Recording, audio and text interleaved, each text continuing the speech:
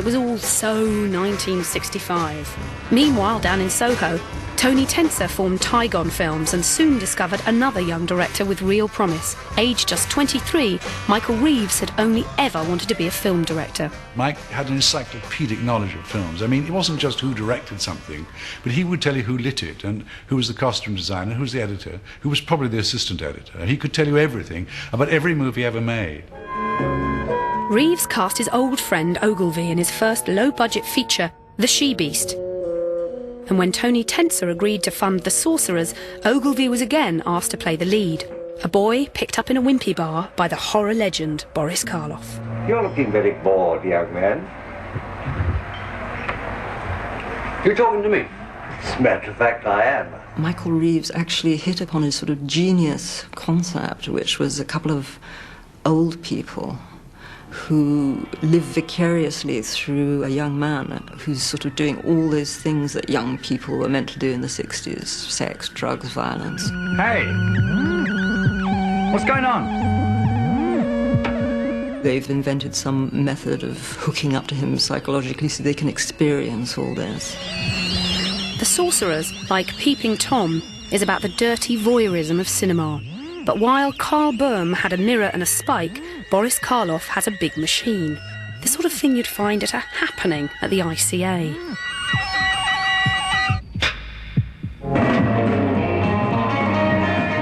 When filming began in early 1967, there had already been plenty of movies about teenage London.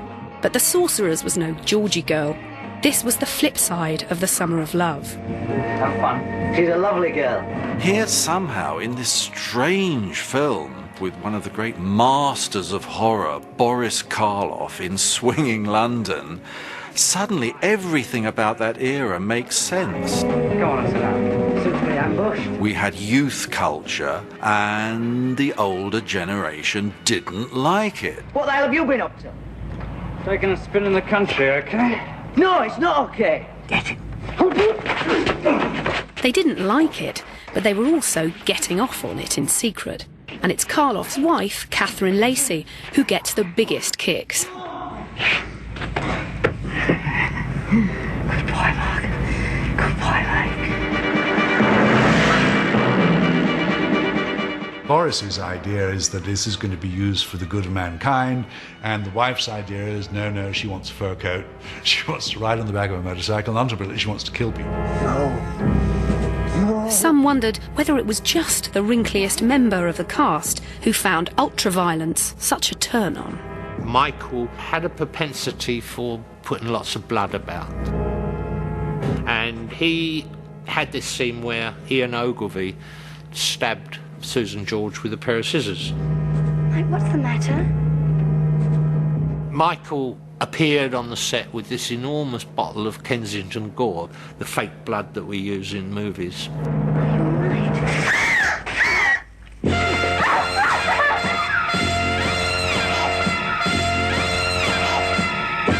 And during the scene, he started throwing it about all over the set. And at the end of the take, I said, Michael, please. I said, do you have to do this?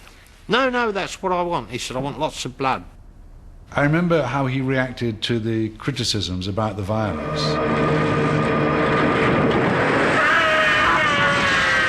He'd say, what I want to do is make sure people understand that violence hurts like hell.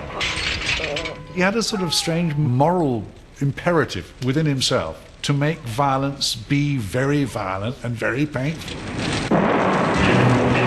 By 1968, violence was in the air, and although Reeves's next film for Tygon was a costume drama, it had plenty to say about the times.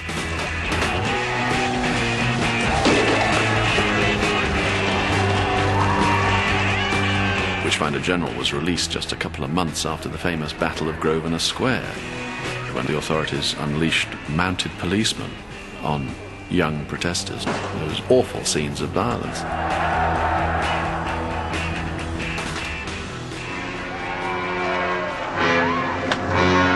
Starring Vincent Price as the evil Matthew Hopkins, Witchfinder General is Reeves' nihilistic masterpiece about another vicious old parasite who preyed on the young.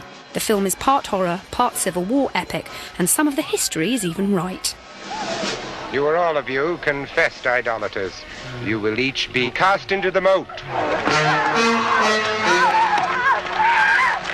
It's about a time of lawlessness. For the brief period Britain was a republic. It's almost like a Western in some ways, but transplanted to Norfolk. That's the thing I remember actually being frightening, that this was a recognisable England, and these people would ride into town and for no reason at all cause chaos and pain.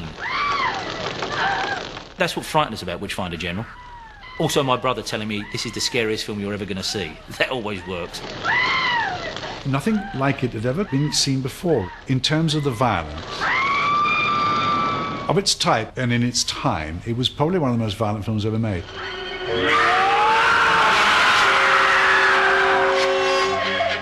Ogilvy plays Richard Marshall, a soldier in Cromwell's army, who decides to exact his own revenge on the Witchfinder after Hopkins has raped his girl and killed her father.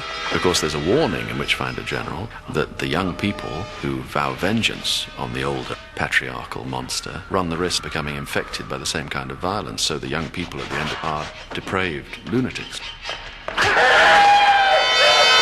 Remember Tenser's cosy relationship with the censor? It did him no good with this scene. The climax is British film at its nastiest. John Trevelyan, who was at the time the film censor, said to Mike, I love the film, but you just cannot have Ian Ogilvy hitting Vincent Price with an axe 14 times. Mike said, well, how many can I have? And John Trevelyan said, I don't know, about 4 or 5. You took him from me. You took him from me! You took him from me! Tenser signed up Reeves to make another horror, but on the 11th of February 1969, Reeves was discovered dead in his London flat. Cause of death was barbiturates combined with alcohol. I don't think it was suicide. He was drinking heavily at the time. He was taking a lot of pills for his depression. And I suspect he went out one night, got blind drunk, came home, and took 3 or 4 pills too many.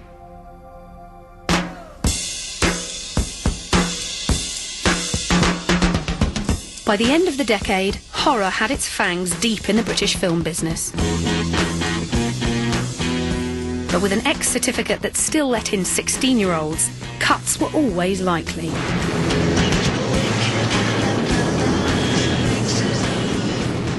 Horror. So titillating the kids without annoying the censor became a fine art. Terror. And now we're going to meet its Picasso. You know, make it a bit faster. Yes, or possibly overlay a bit of dial, cut him a bit short at the head. Yeah, right. Fine. I'll just run it. Amicus Productions was founded by American producer Milton Subotsky. Subotsky dreamed that his tiny company in the shadow of Shepperton would one day rival Hammer with an all-star idea that soon took off. Hey, that's a funny-looking deck, man. They're tarot cards. The tarot deck is a picture book of life. Well, how about me? Come on, I'm game. You are not afraid. Oh, it's going to happen to me anyway. What's there to be afraid of? Amicus made what are now known as portmanteau films, horror films which consisted of little stories. A very good idea, because if you didn't like one you were watching, there was always going to be another one along in a minute. I don't understand it. The legend says the only way to kill a werewolf is with a bullet made from a silver crucifix. You mean these?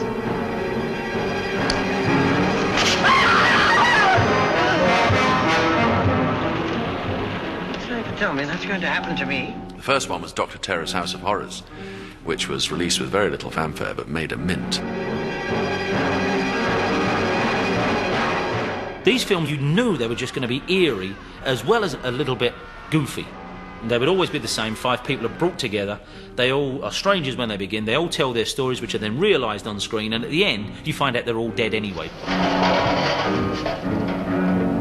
Even if some of the stories were a bit naff, Who are you? with actors like Lee and Cushing moonlighting from Hammer, you felt in good hands. If you're not guessed. Subotsky loved British horror, and although he successfully popularised the portmanteau, he was actually reviving an old idea. Subotsky had been absolutely blown away 20 years earlier as a young man in New York by seeing the British portmanteau film, Dead of Night. Made at Ealing Studios after the war, Amanda, this is Mr. Craig. Dead of Night was Britain's first genuinely scary movie. There was one occasion in my professional career that made me wonder. Made me wonder quite a lot. Here's the story everyone remembers. Michael Redgrave and little waxy-headed Hugo, the Keith Harrison Orville of psychological terror. Redgrave's performance is so dazzling, and that dummy is so creepy. Looks like I've been needing a new partner. Oh, you wouldn't do that to me. Oh, wouldn't I? Wouldn't I? Oh, Maxwell, oh, don't get excited. I was only joking. He attacks the dummy, and the psychiatrist and the orderlies rush in to save the dummy's life. Stop here! And realize, uh-oh.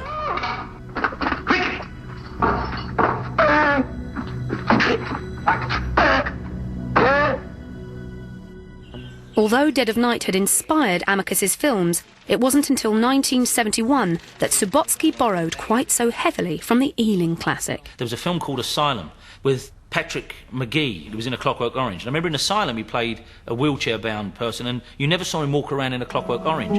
You can't identify Dr. Starr. That's why you're leaving, isn't it? And I got a letter printed in Films and Filming saying, is he actually, as we used to say in the 60s, a cripple? And they said, no, he just specialises in that. And I thought, that's very strange. McGee and Herbert Lom were horror regulars, but the film also featured actors not usually associated with the genre.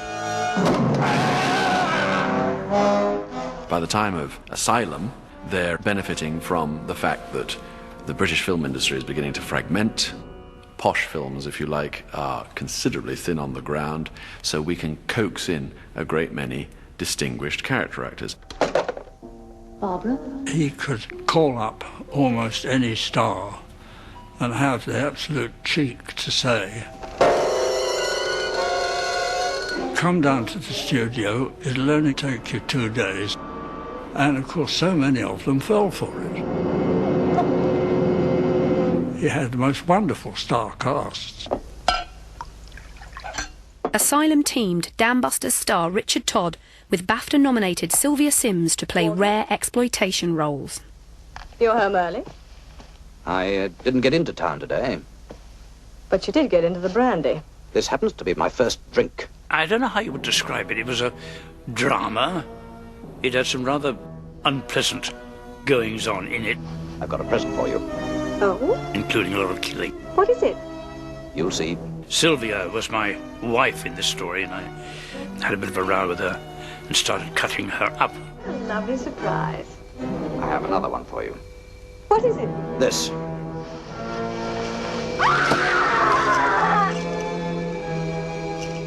Well, we must have all been unemployed.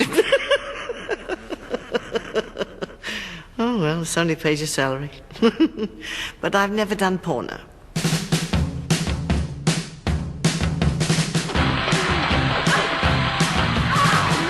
Hammer did, though. Almost. If you count the cave girl on cave girl action from their 100th picture. 1 million years BC had Ray Harryhausen's rubber dinosaurs and Raquel Welch in Mary Quant lipstick and that bikini. I don't know whose idea it was to make a prehistoric adventure, but what an inspiration.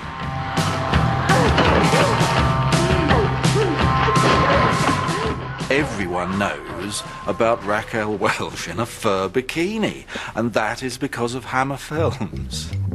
With such acumen, it's no wonder the company picked up a Queen's Award to industry shortly after.